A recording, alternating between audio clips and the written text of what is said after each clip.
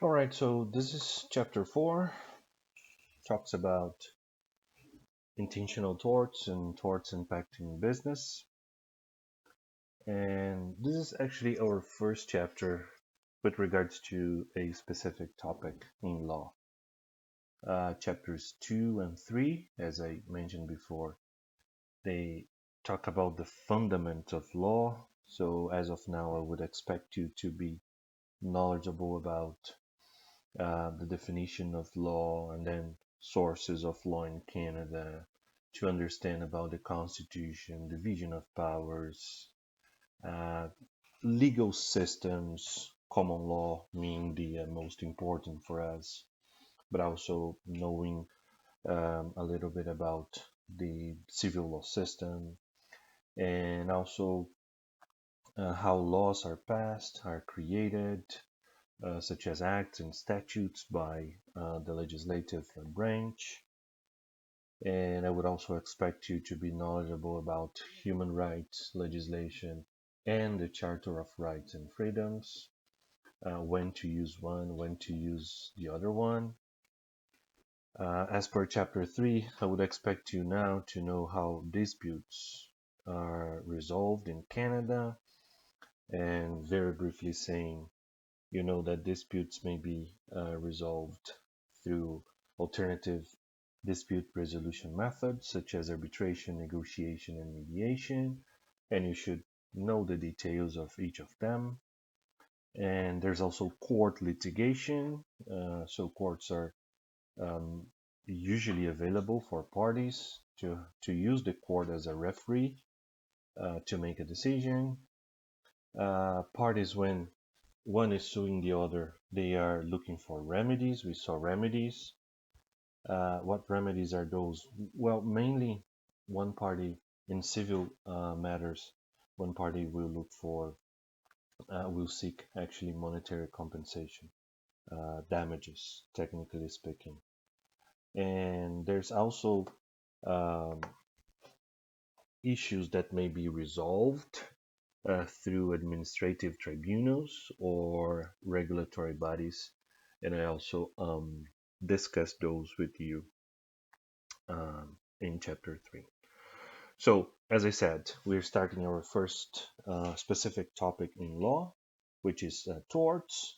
After torts, we'll look at contracts and then business organizations, employment, intellectual property, and two or three more. Okay? So, torts. Well, first of all, we'll need to learn what a tort is and then differentiate it from a criminal conduct offense or a breach in contract law. And then we'll also discuss the remedies available for victims of tort, but I'll mostly repeat the remedies we've seen in chapter 3 already. We'll learn what vicarious liability is. Uh, it is a very important concept in law. And then we'll go through several types of torts, such as assault, battery, trespass, uh, trespass to chattels or goods, and also false imprisonment, malicious prosecution, and others interfering to businesses. We'll end this chapter by looking at some specific torts related to privacy. And privacy is a very, very hot topic nowadays because our information is virtually everywhere, but we expect our privacy, and we do have this right to have privacy under some circumstances. So that are, we'll see some examples of wrongful conduct that are related to privacy. So, what is a tort? A tort is defined as a social or civil wrong. And when I say social or civil wrong, I'm saying it is someone acting in a wrong way in social life, in civil life. And this wrongful conduct gives rise to the victim to sue the offender, and suing the offender in a way to seek any of the several remedies that we saw in chapter 3. So mostly the victim will seek damages, compensation, because they most likely had some damages, had some losses. But there are also other remedies available. We saw injunction, we saw accounting, and all those remedies, they are available for torts as well. Okay? So whenever someone acts in a wrongful way and causes loss or harm to someone else, this is roughly defined as a tort. So this is the definition of a tort. This social or civil wrong in which the victim will have the right to seek for to seek the remedies or to seek for compensation in most cases. And there are mainly two types of torts. One is the intentional one.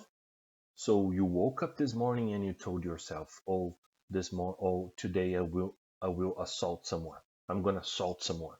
So this is intentional. You intended to do that, and those intentional torts are the ones we'll be focusing in chapter 4. And there are also the careless acts, also known as, or better known as, negligent acts. So those are unintentional wrongdoing. When you are driving and you accidentally hit someone else, you hit another car, you don't do this with intention in most cases. So it means it was a careless act, a negligent tort. The negligent torts, we'll look at them in chapter 5. And it is said in law that one of the main objectives of tort law is to compensate the victims. And by compensating victims, the offender, the wrongdoer, and others in society, they may be educated in a way that they may want to avoid acting in a wrongful way and causing losses or damages. So tort law also aims at acting as a deterrent, as educational. Okay? And by the way, tort law is the majority of tort law comes from common law.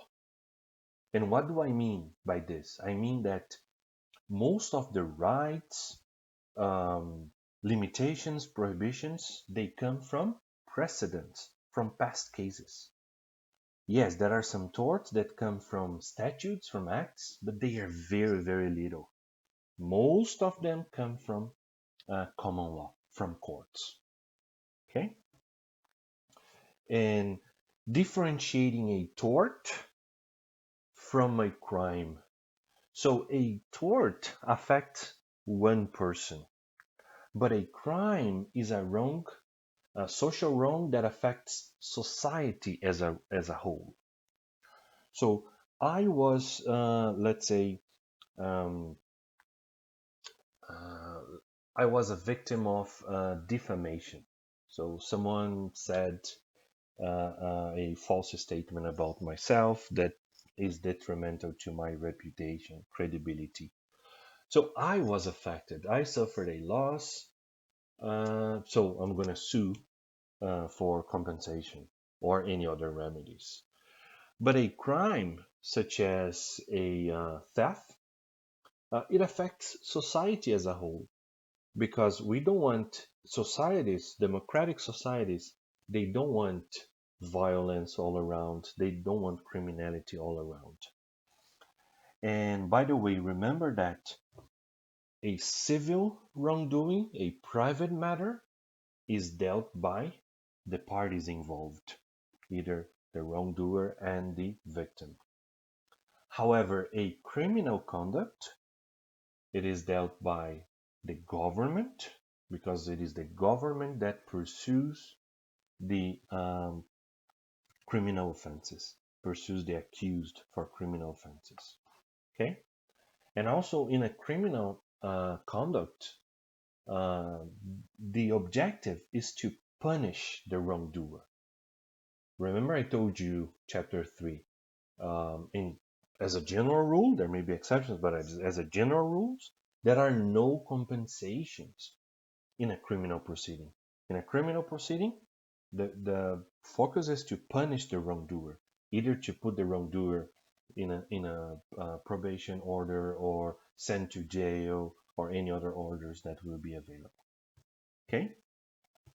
And I also exemplified to you on chapter 2, but I need to emphasize this in here. Some wrongful conducts, they are both a criminal offense or a crime and a tort. So if someone steals my smartphone, it is a criminal offense, it is a crime, so the crime of theft, but it is also a tort, and we'll see which tort this is in a while. But why is this a tort? Because I lost my smartphone, so I had damages. Okay? So some conducts, they are both a crime and a tort. Why is this important? Because the victim will pursue the tort in civil courts, but it is the government that will pursue the accused in criminal proceedings. One conduct, two different procedures, two different proceedings, actually. Okay? And also, reiterating the standard of proof. Remember that for civil matters, private matters, the standard of proof is on the balance of probabilities.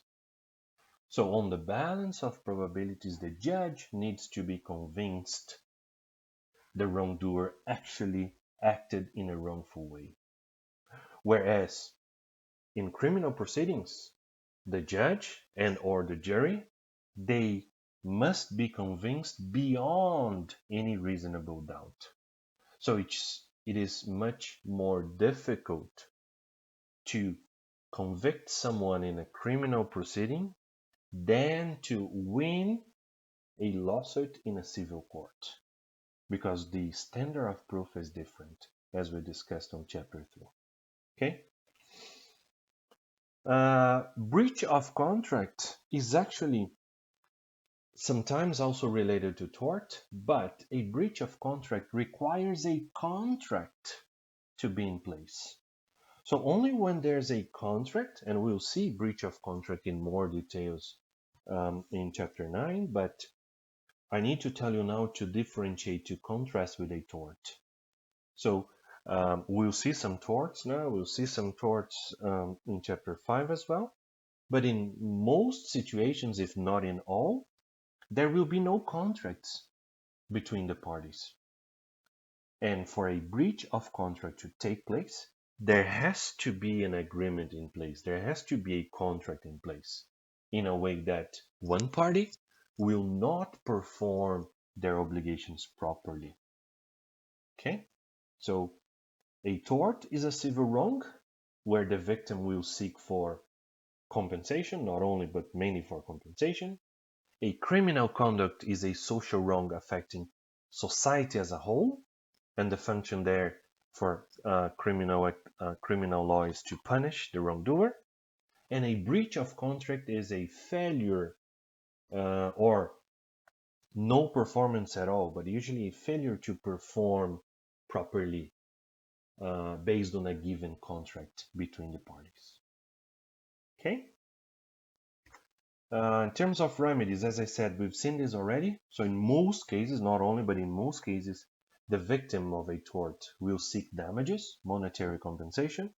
And we've seen the main three types of damages. There are more, but the main three ones are general, special, and punitive. So just reviewing. And the concept of vicarious liability, this is very important.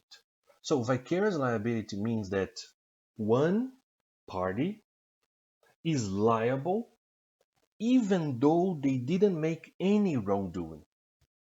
So, in other words, it is liability without personal fault.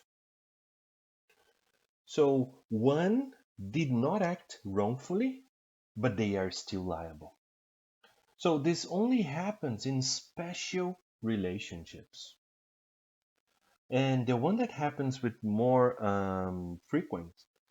in a more frequent way is employment relationships. So employers, they are vicariously liable for the torts that their employees commit during the course of employment.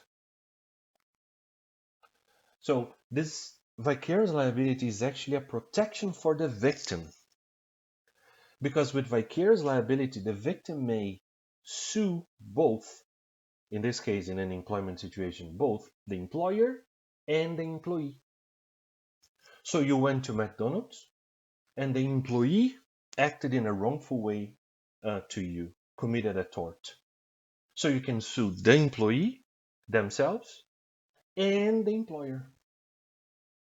If you win the lawsuit, you have higher chances to be paid, to get your award in money. Because if the employee does not have assets, it's most likely that the employer will have. So that's why this is a protection for the victim, because the victim has two possibilities to get their award paid. Okay?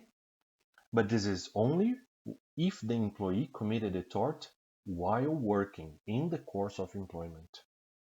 Another example is the owner of a car or a vehicle. Could be a truck, could be a motorcycle. So, and this is very important for our personal lives here in Canada. So if a friend of yours, neighbor, relative borrows your car and they cause damages to others, those victims or the victim may sue your friend or relative, the one who borrowed your car, and may also sue you because you are the owner of the car. So we have to be cautious about this. And this is vicarious liability. See, in this car example, you didn't act in a wrongful way. You just lent the car.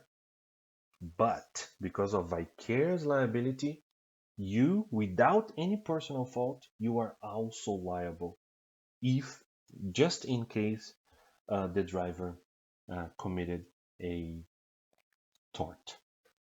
Okay, so that's vicarious liability. This is a very important concept for throughout the course, and this may show up again. All right, so moving on. As I said, chapter 4 is dealing with intentional torts, and from now on, I'll be mostly explaining you what the torts are, specific torts are, and giving you some examples. So we are looking at intentional torts, and one very important thing here is that the intention, because they are intentional torts, the intention is related to the conduct, not to harming, not to causing damages. In other words, what I'm saying is, as long as you intended to act wrongfully, regardless if the victim suffered loss or damages or not, you have committed a tort. Again, because the intention is related to the conduct. The conduct was intended, was deliberate, was willful, not the harm. So you will never, or never is hard to say, but you do not have the defense of, oh, but I didn't cause any harm. Well, that's irrelevant. As long as you acted that way, you committed a tort, and you may be liable to that. Okay? So this is very important. Intention to harm is irrelevant. What is relevant is intention to act in a wrongful way. So the first types of torts, they are related to trespass to person. They are related to torts, intentional torts related to other people. So the first one is assault. So assault is when someone is about to be struck. So if I am about to be punched, I was not punched, but I was about to be punched. I was a victim of an assault. If someone was pointing something to me, they wanted to throw at me, but they have not. But I am about to be struck because they intend to throw that. So I am frightened with that. I am a victim of an assault. Okay? And again, you see, there may be no real, no tangible harm or damages in here. Because I was just about to be punched. I was not punched actually. But I told you before, the intention is on the act, on the wrongful conduct. So if someone frightens you, if someone scares you by trying to punch you, it is already a tort called assault. Okay? However, if you are actually touched in an unwanted way, so I was punched, I didn't want to be punched, or I was pushed down the stairs, or well, I was touched without having given my authorization. This is another type of tort related to person. This is called battery. So battery is when there's this unwanted contact with another person. So you could say, oh, there will always be an assault before a battery. Mm, well, this thinking is logical, but I'll tell you this is not true. And why not true? Because if someone comes from my back and get ready to punch me, because I don't see them, I do not have the knowledge I am about to be struck. So in this example, I was not a victim of an assault because I need to have the knowledge that I am about to be struck. I am about to be punched. Then I would feel scared, frightened. Hence, I would be an assault victim. So if someone comes from my back and punches me or touches me or pushes me, then there was no assault, but there was battery directly.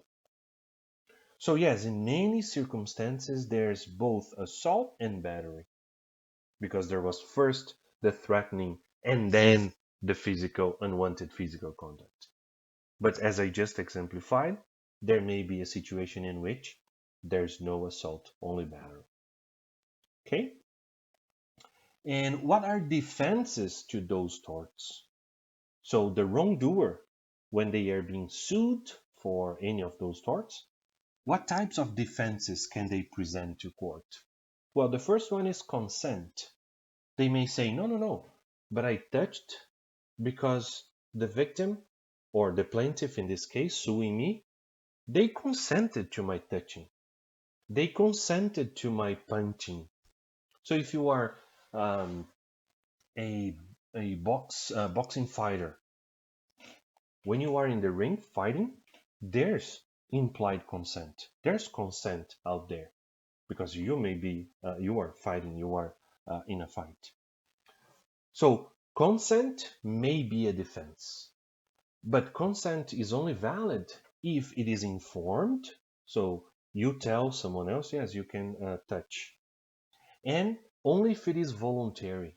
Voluntary mean being the opposite of under threat.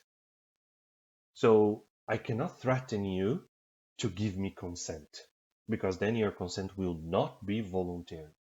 Okay? And when I say informed, it has to be informed. I'm saying silence is not consent. Consent has actually to be spoken out. Okay? And even if you give consent, let's say I'm giving consent to my doctor to touch my arms. And then let's say there's no urgency situation and the doctor touches other parts of my body.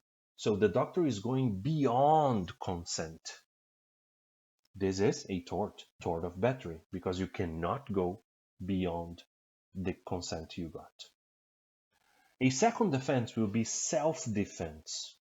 Well, I was about to be punched, so I was a victim of an assault, and then I punched first. So I committed a battery. But I only committed a battery because I was in my self-defense. Before suffering the battery myself, I self-defended myself. But self-defense is only valid when the force used is reasonable, is only the necessary amount to stop the threat you were facing. Okay? So this is subjective. This will be decided on a case-by-case basis. But I can give you a weird example. Let's say this guy comes to my property, he's trespassing my property, and I have a gun and I shoot the guy 10 times. This is not reasonable at all. The trespasser had no guns, let's say, in this example. So because I shot the trespasser and 10 times, so I actually meant to kill the person. This is weird, but still it's a clear example in which the force used was not reasonable at all. Okay? So whenever you are self-defending yourself, remember to limit the force you use, the tools you use, to the extent that you stop the threat you were suffering. Okay? If you go beyond this, your self-defense defense will be not valid in court. Okay? So those are the two torts of trespass to person, related to person. And by the way, one more detail. When we read uh, online or magazines or newspapers actually, or listen to on the radio that someone was assaulted on SkyTrain, or that that lady was sexually assaulted, in most cases, this assault, they are telling us in the news, they are the criminal assault, because there's also a criminal offense called assault. But the criminal assault is both intimidation but also the unwanted physical contact. Whereas here in tort, as I just explained you, when there's unwanted physical contact, it is not assault anymore. It is called battery. Okay? So let us not confuse assault in tort law and assault in criminal law. They are different things. Okay? Right. The other the other tort we look at is trespass to land. So this is when someone is in our property, in our land, and we did not give them permission to. And you cannot claim as a defense that you didn't know that land belonged to someone else. What I'm saying is, if you are in doubt, do not go to someone else's land. Or if you are in doubt, inquire first, make questions first, ask whose land is this? Because mistake of ownership is not a valid defense. Okay? I'm saying there, ignorance is not a defense. There's also, it's not only being on someone else's property. If you throw objects on someone else's property and you keep those objects there, such as throwing garbage at the empty land beside your property, this is also known as trespass. So trespass is either being on someone else's land or throwing, putting objects, putting boxes or trash, anything on someone else's land. Those are trespass. Okay? Some professionals, they have implied permission to enter our property. So Canada Post Office personnel, staff, people from BC Hydro, from let's say Fortis, BC, they may enter our property to check the meter, or the post office staff to deliver goods. This is not trespass. Okay? And when someone is in someone else's property and they stay there for longer, it is called continuing trespass. Or if you place an object, if you place goods on someone else's property for longer, it is also known as continuing trespass. Why is this important? It is important for, remember we discussed in chapter 3, the limitation period. As a general rule, you have up to 2 years to sue someone. So if someone if someone put a box in my property today and took it out by the end of the day, I have up to 2 years to sue that person for trespass. But if someone leaves that box in my property for longer, at each new day, my 2-year term renews. Okay, so that's relevant. The continuing trespass is relevant for the limitation period we saw. But in general, well, I'm giving you eventually more details than I should, but here for trespass to land, remember that it is being on someone else's property without authorization, or placing goods or objects on someone else's land without authorization. There's one main defense for trespass to land, which is being on someone else's property by accident. So let's say someone came from your back and pushed you and you fell on someone else's property by accident because you were pushed. Then you have a valid defense. Even though you were on someone else's property by accident, you did not commit trespass to land.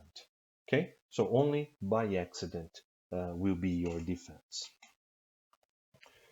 Moving on, we have trespass to chattels, conversion, and detinue. So chattels, what are chattels? Chattels is actually the legal terminology for goods. And you may ask, well, if chattels and goods mean the same thing, why do you use chattels and not goods? Well, one thing I would tell you is that we lawyers, we come up with terminology so that we can charge our clients. If we're talking just about goods, well, it could be too simple, okay? It's just a joke, but still emphasizing that you need to know terminology. So most fields have their own terminology, and we in law, we also have our own terminology. So those torts in here, they are related to goods. Any goods we have. So our car, our laptop, our smartphone, our water bottle, our watch, our jewelry. So any goods. Okay. So the first tort is trespass to chattel. This is actually the name of the tort. And what is an example of trespass to chattel? Or what is trespass to chattel? It is when my goods are interfered by physically by someone. So I'm here using my laptop computer to record this to you, and someone comes and um punches the screen and damages the screen. So that's a trespass to chattel. Interfered physically with my goods. Okay? Whenever our goods are interfered with and causes not only damages but causes this interruption, this interference, we are victims of trespass to chattels. Another tort related to goods is known as conversion.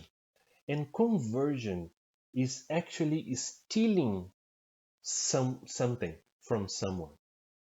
But then you ask me, well, but isn't it theft? Yes, it is theft. But theft is the criminal offense. The tort is called conversion. So if you are a victim of pickpocketing, for example, well, you would report to the police, and if the accused is found, the police would prosecute. The police would pursue, sorry, the prosecutor, the government, they would pursue the accused in the criminal proceedings. Remember? It is the government that does this. But you lost your smartphone and you want to recover this. You want damages, you want compensation, monetary compensation. So you would sue the accused in civil courts for the tort of conversion. So that's the example in which one conduct may give rise to two different proceedings. One in criminal courts, the other in civil courts. Okay? So this is conversion. And detinue, what is detinue? Detinue is similar to conversion, but here the intention of the wrongdoer is to keep the goods for themselves. So in detinue, the wrongdoer has the legal possession of the goods, but their wrongful conduct is not to return the goods. So in conversion, I left the classroom and left my smartphone on the table. Someone came and stole it. This is conversion. Okay? But in detinue, someone comes to me and says, "Hey, João, may I use your smartphone?" And I say, "Yes." So this is having legal possession of it because it was borrowed from me. This is legal. However, the person runs away, clearly showing that they had the intention not to return the goods. They had legally acquired possession. Okay, so they are refusing to return. This is the difference between conversion and detinue. Another type of tort is false imprisonment. And this is when someone intentionally and unlawfully restrains others against their will. This, I would say, this happens commonly in grocery stores, department stores. So the security guards, they believe someone stole something, so they come to this person and say, "Hey, you need to come with me. We need to search you." Well, in principle, they are restraining the client's will. They are not allowing the client to live as they want. This may be legal as long as the client actually stole something. If it was a false suspicion, if the client had stolen nothing, it means that this restraint, this physical restraint, was illegal, was unlawful. So, as a security guard, for example, you need to have proof, you need to have solid suspicion that someone actually stole something. Because if they didn't, you are committing the false imprisonment tort. And you may know this, or you may have heard, or if you don't know, I'll tell you. Most businesses, they do not allow their regular employees to arrest clients who they believe have stolen something. Because they know, and remember I explained to you vicarious liability, the employer may be vicarious liable for the wrongful conduct of their employees. So they know that they may be liable if the client had not stolen anything for the tort of false imprisonment. So usually they only allow security guards to do this. If an employee sees something, they have to report to security because security guards are trained with this. They will look for videos, they will start following the person because they want to be sure the person actually stole something, and they have the right to. And this right to search is actually related to the right to arrest. Everyone in society can arrest others. We can arrest. This is called the citizen's arrest. But we can only arrest if we actually saw someone doing something wrong, then we can arrest. And we need to have proof. Could be witnesses, better if it is recording of the person is caught with the goods they stolen. But we need to have proof. So in other words, what I'm saying is the citizen's arrest is only valid if we saw someone committing a crime. If we didn't see, if we just heard, maybe we may arrest someone, we will not find anything, and we will be sued for false imprisonment. Okay? So we have to be cautious about this. Moving on, we have malicious prosecution. What is this? This is when someone uses the criminal justice just to make bad to someone else. It's not related to an actual crime, but you want to make bad to someone else using the criminal justice. So let's say you don't like your neighbor. So you call the police one day and you say, hey, my neighbor is a drug dealer. The police investigates, they are in doubt, the prosecutor decides to pursue your neighbor, but it ends up that your neighbor is not found guilty. It ends up that, or even your neighbor is never, the government never pursues your neighbor in criminal courts. So your neighbor would sue you in civil courts for malicious prosecution because you only accused your neighbor of being a drug dealer because you had malice. It was out of malice, and you wanted your neighbor's bad. There was no truth in what you reported to the police. Okay. Private nuisance. What is this? This is when our property is interfered in a way that we cannot use it. So let's say I have a swimming pool and I cannot use my swimming pool because my neighbor keeps on putting fire on the dry leaves and the ashes come to my swimming pool. This is an example of private nuisance. Or let's say I live in an apartment building and my neighbor, my upstairs neighbor, um, holds parties every Fridays, Saturdays, and Sunday nights up to 3, 4 p.m. It means the loud song, loud music, people shouting, dancing, is interfering with my right to enjoy my property. I cannot rest, I cannot sleep. So this is private nuisance. Okay? That's why sometimes people would call the police and the police would say, hey, there's nothing we can do. You need to deal with this yourself. Because private nuisance is not a criminal offense. It is something in private as a private matter. So you would need to sue your neighbor. But you wouldn't sue your neighbor because one night they did it. No, you would sue because they did it in one night, so you spoke with them. They did it again, so you spoke with the strata manager.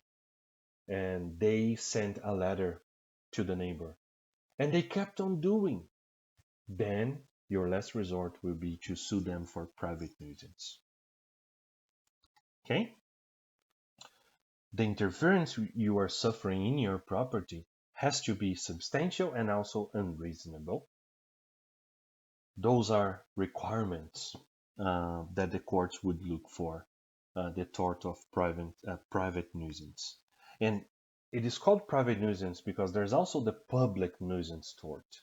But the public nuisance tort is when public property is interfered with, and it is the general attorney of the province, the one pursuing this. but this would be too detailed for us here in a business school. So I'm just telling you this because just to explain why this tort is called private nuisance, because there's also the public nuisance. Okay? Another tort, defamation. So even though defamation is in this chapter that we're looking at intentional torts, defamation may be both intentional or unintentional. Meaning that if you make a mistake, you had no intention, but you just made a mistake, you can also be committing the defamation tort. Okay? So defamation is when a detrimental statement, usually false, not always false, but usually false, when a detrimental statement is issued about someone. And it has to be published or broadcast. Actually, in other words, it has to be spoken out. If you just write this detrimental statement in your diary and you keep it safe, or if you just think about this detrimental state but you don't speak out, it is not defamation. But if you speak to a third person, if you broadcast it, if you published it online or in print media, then you may be committing defamation. Okay? And if you are being sued for defamation, but the victim says that your statement is false, you can try to prove your statement is actually true. We'll see this in a minute. That if you prove that the statement is true and you have the burden to prove, you get away of this defamation tort. Okay? We have both slander and libel. They are defamation, but they are actually, it is tort in different ways. So slander, it is not tort, sorry, it is defamation in different ways. So slander is actually spoken defamation. So that's why I underlined here S slander and S spoken, just to help you memorize. So spoken defamation, when someone, let's say I left the classroom and students were issuing detrimental, eventually false statement about myself. You were speaking. It means there are no permanent records. I would need to rely on witnesses to make proof. Whereas libel is usually written defamation because libel leaves a permanent record. If it is online, it is also libel because it leaves a record. The post is there. It may be called cyber libel because it's related to the internet, or only libel. So that's the difference between slander and libel. But they are both defamation. They are both this detrimental statement about someone. Okay? What are defenses? So the first one I told you, truth. If you can prove your statement is actually true because the plaintiff is saying it is allegedly, it is false. So if you prove it's true, you get away of this tort of defamation. You can also use the privileges. There are two types of privileges. One is the absolute, the other is the qualified. So absolute privilege is mostly, you can memorize this as the privilege that politicians have.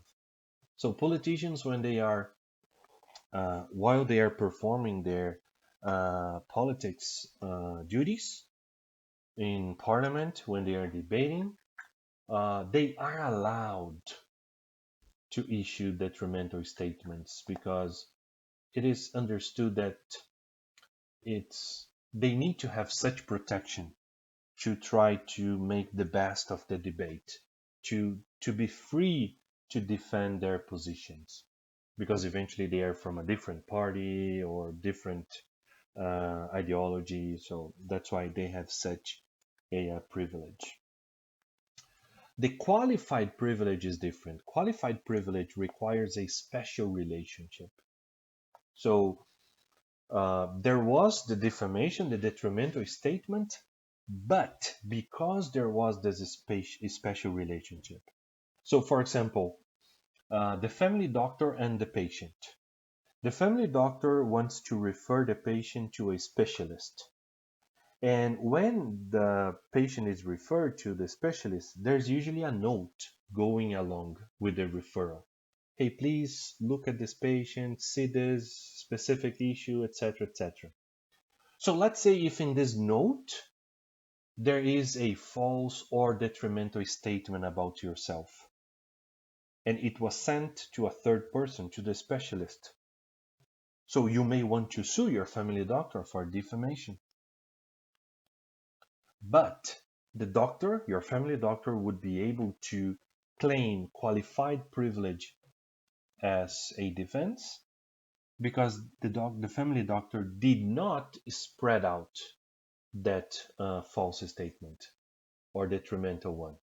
It only informed this based on your special relationship, based on your doctor-patient relationship. And one other requirement for this defense is that your family doctor was not intentional on doing this, did not have malice to do this. It was clearly a mistake while making the note to the specialist. Okay? In employment situations could be the same. Let's say when a supervisor is sending a note about an employee to a director, to a manager. Okay? This could happen the same way. And the supervisor could claim the qualified privilege defense. There's fair comment. Everyone can make a fair comment. It has to be fair. Again, no malice, no prejudice. So you may say, oh, this B-law instructor, the lectures of the B-law instructor is not good. They are not good. Well, this is fair comment. You don't like them. You can say this. But you cannot say, oh, this B-law instructor is an illegal worker in Canada, because this is false. And this is defamation. This is not a fair comment. And we also have this public interest responsible journalism. This defense was created by the Supreme Court of Canada in one of their decisions. And remember, the Supreme Court of Canada decisions, they become precedents because of the common law system. So I won't detail this too much, but in general, it is when the media, not only print, could be online media, they were responsible informing that news, but they made a mistake. They issued a detrimental statement about someone, about a famous person, about a politician, or even a false statement. They said that the politician was corrupt, for example. The media could use as a defense this public interest responsible journalism because they could claim that news was in the interest of the public, of society in that country. They have a history of responsible journalism. They also try to get the version of that specific politician, but the politician, let's say, refused to give their version. So there are some specific requirements for this public interest responsible journalism to be used as a valid defense. Okay? Injurious falsehood or product defamation. This is basically what we discussed for defamation, but now it is related not to a person, but to a product or to a business. So you can say you don't like Starbucks coffee. That is okay. But you cannot say Starbucks coffee comes from slavery farms because I would assume this is a lie, and because this is false and detrimental, this would be product defamation. Okay? So you can issue your comment, your opinion about a product or business or service. but you cannot issue false and detrimental um, statements about products or services. So those are the main intentional torts that we deal with in this chapter. If I were you, I would use this table as a summary for all of them. I would also add one column here for the defenses. So, because here you have the column of the torts, here you have the definition of the torts, but then what defenses? What are the defenses? So, defense for assault and battery, remember we had consent and self-defense. Trespass to land only if it's by mistake. Trespass to chattels, no consent.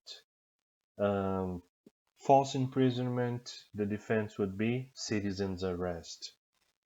Um, Malicious prosecution, well, no valid defense, because if there's malice, there's no way to get out. So I would add the defenses in here to help the summary, okay? And the highest number of defenses will be with defamation. So now, the last part of this chapter, and I know we're going a bit long, but the last part of this chapter will be the torts impacting businesses. And I'm sorry, again, this is going a bit long, but I think it's important for me to try to share as many examples as possible, so they may help you memorize what the torts are. So the first tort we look at related to business is this tort called inducing breach of contract. Well, a breach of contract requires a contract. So there's a contract and that contract will be breached. But this tort is inducing breach of contract. So a third party, an external party of a contract, induces one of the parties to breach the contract. They lure people to breach their contract. So let's say another educational institution comes to me and says, "Hey, João, we have a job offer to you." And I say, "Oh, fine, thank you, but I'm not interested." This is legal, this is okay. But the next day they come again and they say, "Hey, but no, we want you to see the offer." And I say, "Okay, fine, let me see the offer." And then I see the offer and I say, "Okay, it's fine, but I'm still not interested. Thank you."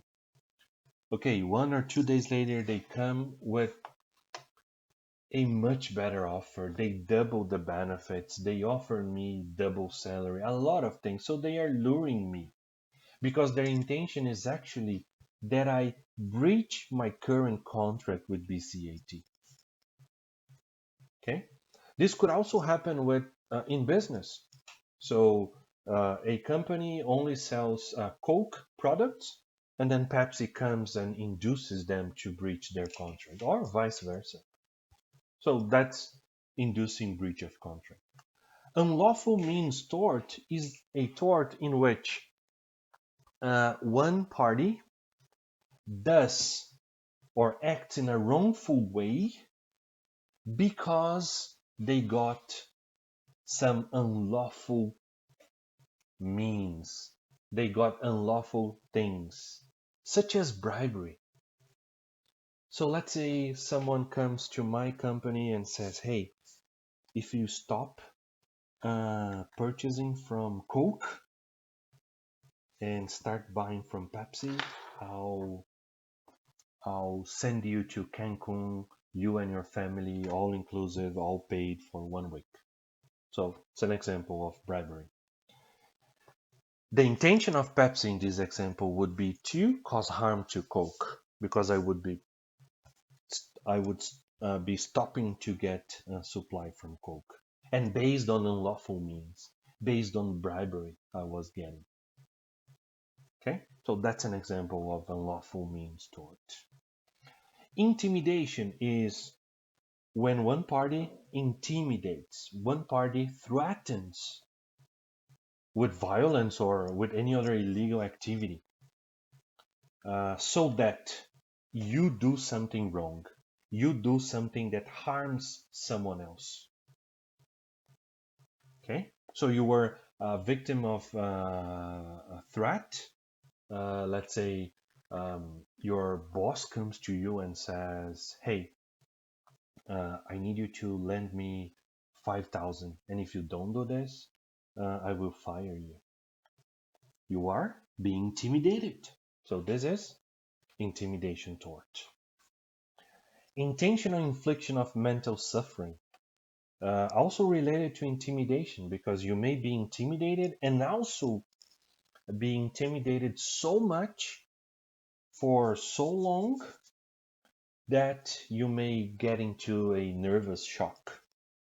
Or if you are harassed constantly and this has never been corrected by your workplace, if you've been bullied, you may be a victim of intentional infliction to mental suffering. Deceit, another tort related to fraudulent misrepresentation. Fraudulent means illegal, means fraud, intentionally, illegally, and misrepresentation is a false statement, a wrongful statement. So you will be a victim of deceit if you believed in something that was not true. So you wanted to buy something from Craigslist, you sent an email asking about a characteristic about on the product you want to buy, and the seller lies to you and you believe on it and you only buy because you believed on the answer. But when you get the product, you find out it was false and you suffer damages. So you were a victim of deceit. Okay? Conspiracy to injure. So conspiracy is related to two or more people. And so they conspire, they get together to injure others. So let's say all coffee shops at, not all, but let's say Tim Hortons and Starbucks at BCAT, Burnaby campus, they get together to set the price of coffee for large coffee for 50 cents. So their idea is that by selling large coffee for 50 cents, they stand the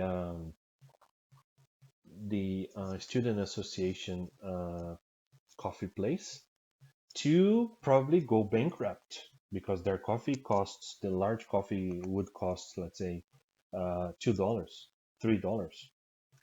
So what Tim Hortons and Starbucks would be doing, they would be involved in a conspiracy to injure they stand, the business. Okay, and this is also a tort.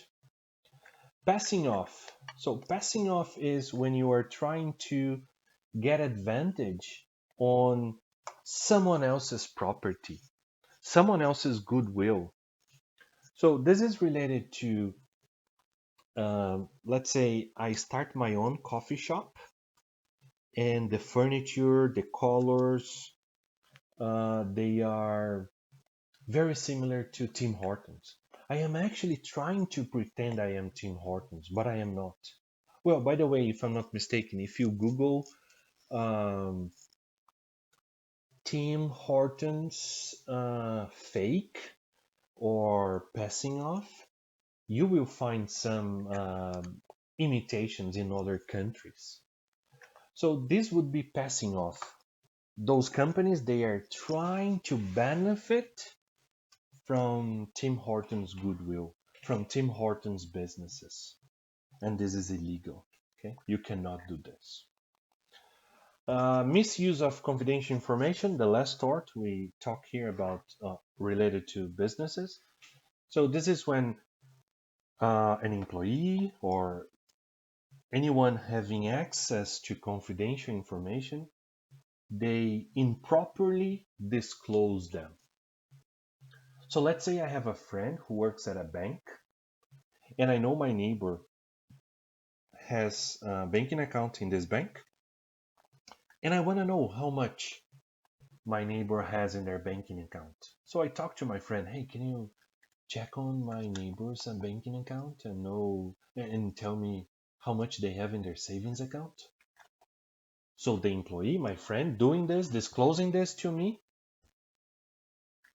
would commit the tort of misusing of confidential information.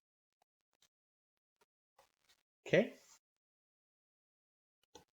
So in terms of privacy, I want to share a few things with you. It's a very hot topic.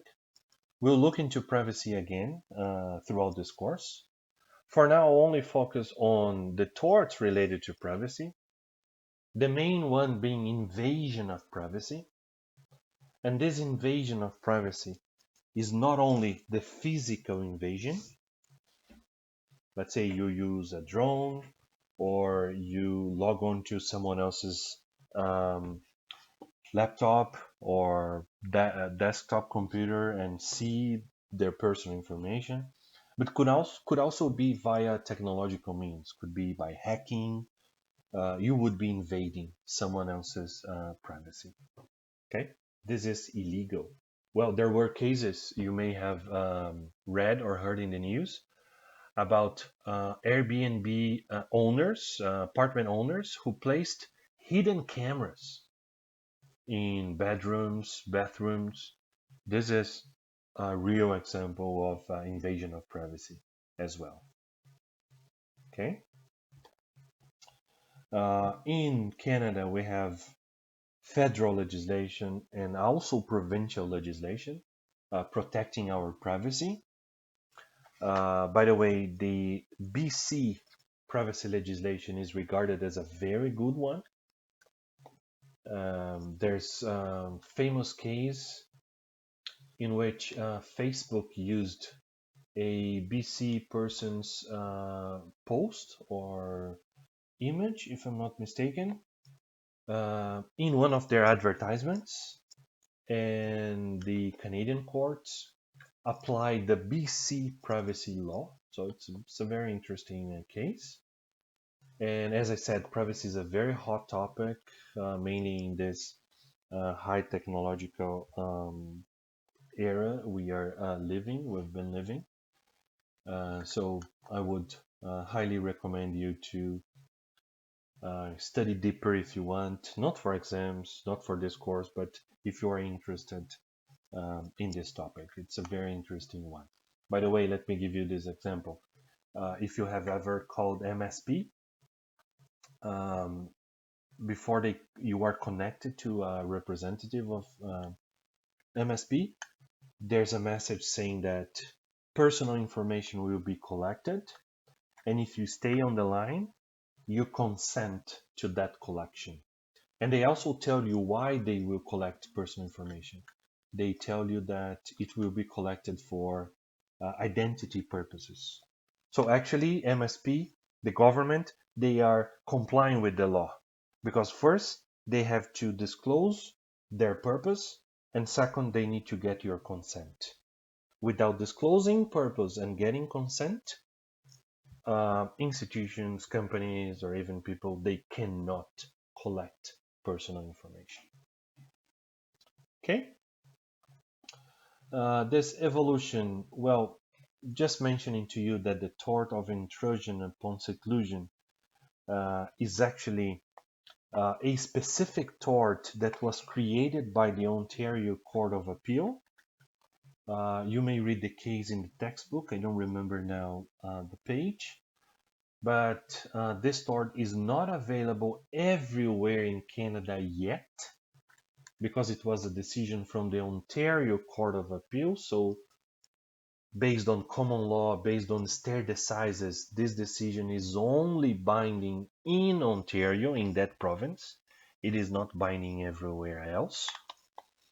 But I just want to mention this. You don't need to memorize or learn this tort for exams.